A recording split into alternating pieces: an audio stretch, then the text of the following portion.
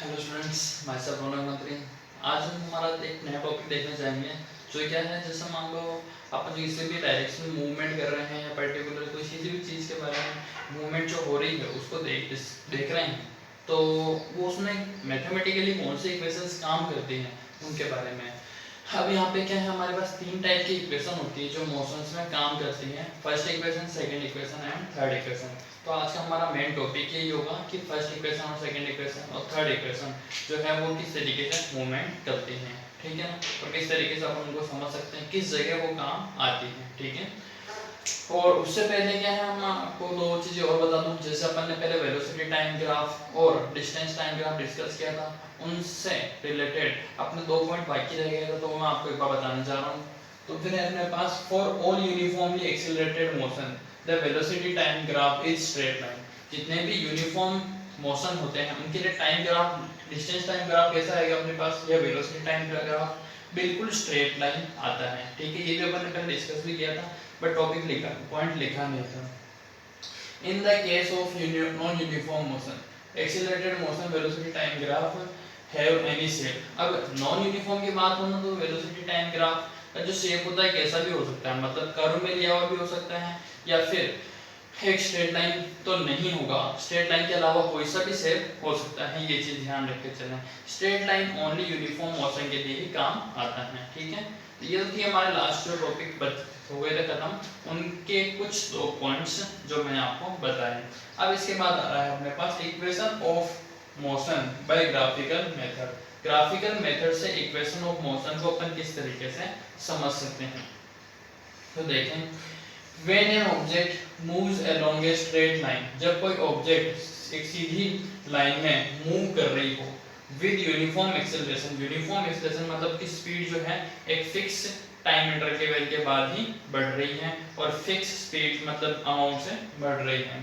It is possible to relate velocity acceleration during motion and distance covered by it in a certain time. यानी कि उस समय क्या होता है, इसकी वेलोसिटी, डिस्टेंस और टाइम में रिलेशन बनाना पॉसिबल होता है।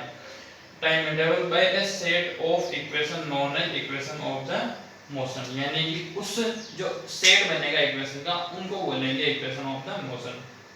तो क्या होती है, हमारे पास तीन टाइप की इक्वेशन होती हैं। फर्स्ट है v equal to u plus a t, second है s equal to u t plus half a t square, third है 2as equal to v square minus u square, ठीक है। तो ये तीनों इक्वेशन बहुत इंपॉर्टेंट है। ये क्या है, हमारे एग्जाम में कभी भी अगर इस टाइप का क्वेश्चन आता है मोशन से रिलेटेड, तो न्यूमेरिकल सॉल्व करने में भी ये इक्वेशन बहुत काम आती हैं। और दूसरी चीज़ की कभी हमें इस टाइप की जो इक्वेशन होती हैं उनका डायरेक्ट प्रूफ भी पूछ लिया जाता है कि इन इक्वेशन को डिराइव हमें करना है, ठीक है।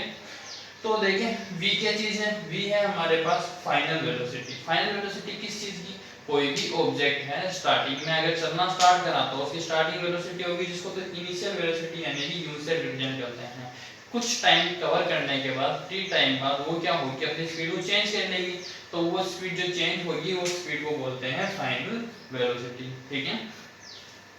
ए यहाँ पे है एक्सीलरेशन, जो वेलोसिटी में चेंज किस रेट से हो रहा है उसको रिप्रेजेंट करता है।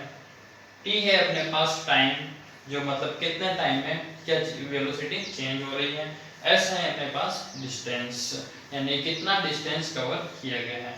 इन्हीं के बेसिस पे अपन एक फर्स्ट इक्वेशन को डिराइव करते हैं, देखें। तो equation for velocity time relation, यानी कि वेलोसिटी और टाइम में जो रिलेशन होता है उसकी इक्वेशन क्या होती हैं, तो ये चीज ध्यान रखनी है। ये फर्स्ट जो इक्वेशन हमारे पास क्या है, वेलोसिटी और टाइम में रिलेशन बताती है, ठीक है ना। तो अपन को वेलोसिटी और टाइम में रिलेशन वाली इक्वेशन यानी कि फर्स्ट इक्वेशन अपन डिराइव कर रहे हैं, equation for velocity time relation, ठीक। तो इसके लिए क्या है, हमारे पास कोई एक ऑब्जेक्ट है।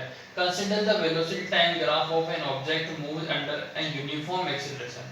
कोई ऑब्जेक्ट लेकर के चलते हैं जो एक यूनिफॉर्म एक्सीलरेटेड मोशन से मूव कर रही है। तो फिर उसमें क्या है, अब उसकी इनिशियल वेलोसिटी यानी स्टार्टिंग वाली वेलोसिटी तो मान ली जाएगी u। तो यहाँ पे देखना है एक बार कि ए ओ कोई ऑब्जेक्ट, ओ पे कोई ऑब्जेक्ट है, ठीक है। अब वो क्या कर रही है, अपने पास किसी पर्टिकुलर डायरेक्शन में मूव कर रही है तो उसकी वेलोसिटी पहले थी u, ए से लेके o तक की वेलोसिटी क्या है u, और फिर जैसे ही वो पहुंची पॉइंट बी पे तो उसकी वेलोसिटी कैसी हो गई ए से लेके सी तक, और ए से लेके सी तक की जो वेलोसिटी है वो क्या है v। यहाँ पे अपन टाइम को रिप्रेजेंट कर रहे हैं, इधर वेलोसिटी को, तो पहले वेलोसिटी यहाँ से यहाँ तक u है और यहाँ पहुंचने के बाद वेलोसिटी कितनी हो जाती है v। क्यों? क्योंकि जैसे ही टाइम इंटरवल o से c तक का टाइम इंटरवल कवर किया जाता है वेलोसिटी पहले से क्या हो रही है इंक्रीज हो रही है। ठीक है, तो initial velocity of an object is u at a। Initial velocity किसी भी ऑब्जेक्ट की पॉइंट a पे u है, क्या है u, and increases to v at b, और जैसे ही पॉइंट b पे पहुंचती है ऑब्जेक्ट उसकी वेलोसिटी बन जाती है v एंड टाइम t में। The velocity changes at uniform rate a। अब यहाँ पे जो वेलोसिटी बदल रही है एक यूनिफॉर्म रेट के साथ में बदलती जा रही है। ठीक है ना, यूनिफॉर्म रेट के साथ बदलती जा रही है मतलब एक फिक्स टाइम इंटरवल में फिक्स डिस्टेंस कवर करती जा रही है जो ऑब्जेक्ट है। ठीक है, फिर आ रहे हैं अपन इसकी इक्वेशन डिराइव करने के लिए इसकी कैलकुलेशन में देखें। हमारे पास है BC लाइन, तो लाइन से मिलकर बन रही है BD और DC। BC लाइन BD और DC दो लाइनों से मिलकर के बन रही है, तो BD तो अपन ने BD प्लस CD लिख दिया, और CD लाइन ऑलरेडी इक्वल होगी AO की। AO की क्यों इक्वल होगी? क्योंकि यहाँ पे एक रेक्टेंगल बन रहा है और रेक्टेंगल में AO लाइन इक्वल होती है CD के, तो AO इक्वल हो गई हमारे पास CD के। CD की जगह मैंने क्या लिख दिया OA या फिर AO। DC की वैल्यू हमारे पास है V, BD की वैल्यू है हमारे पास BD और OA की वैल्यू है U।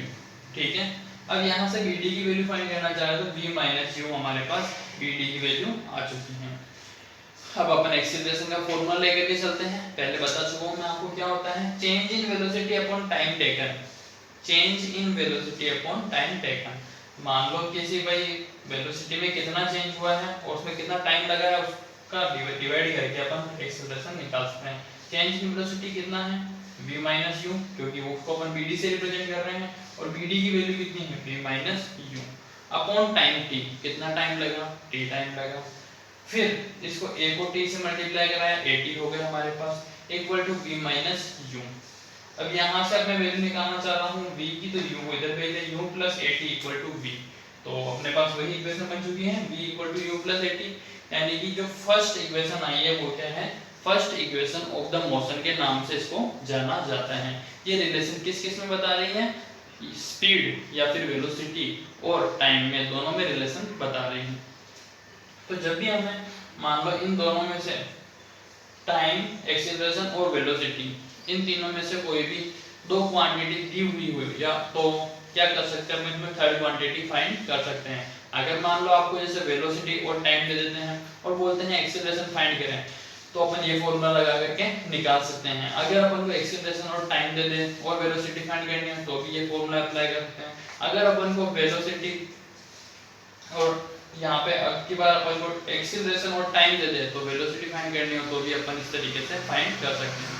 मतलब ये क्या हो गया अपने पास वेलोसिटी और टाइम में पर्टिकुलर एक रिलेशन हो गया है, इसका यूज करके अपन फाइंड कर सकते हैं जो इन तीनों में से एक क्वांटिटी नहीं दे रही हो वो। ठीक है, तो ये तो वही हमारी first equation of the motion. तो यहाँ तक आप लोगों को एक बार कंप्लीट पढ़ना है और जो भी प्रॉब्लम आए वापस से पूछना है। बाकी की दो इक्वेशन हमारी बाकी दे रही है उनको हम आने वाली हमारी नेक्स्ट क्लास में डिस्कस करेंगे। तो आज की क्लास हमारी यहीं ओवर।